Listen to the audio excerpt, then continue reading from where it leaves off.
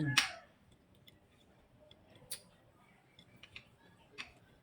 Hindi kasi siya spicy. Mas masarap siya kung spicy. Diba? Hindi nagpasarap dito yung spicy niya. Hot.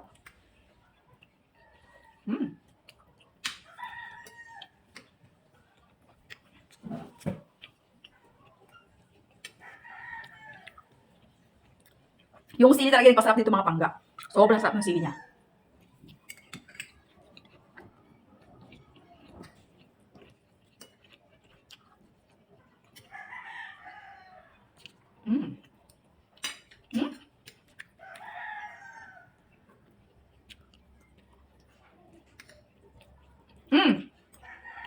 Wait lang.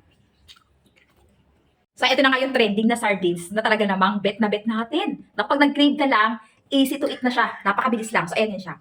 Ayan, bet. Dilipat ko na siya dito. Ayan. So, yung pinaka-oil na tinamo. Ay!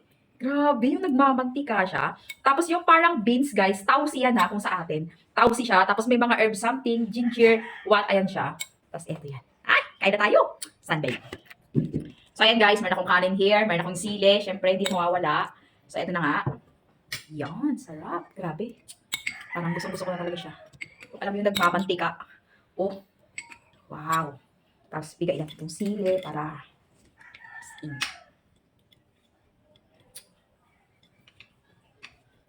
hindi kasi siya spicy. Mas masarap siya kung spicy.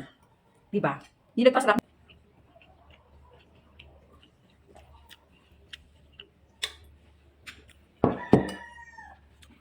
Gusto mo na ganito? Yan yung mismo packaging niya. Magagaya ako ng link. Ang sarap sobra. Check mo na.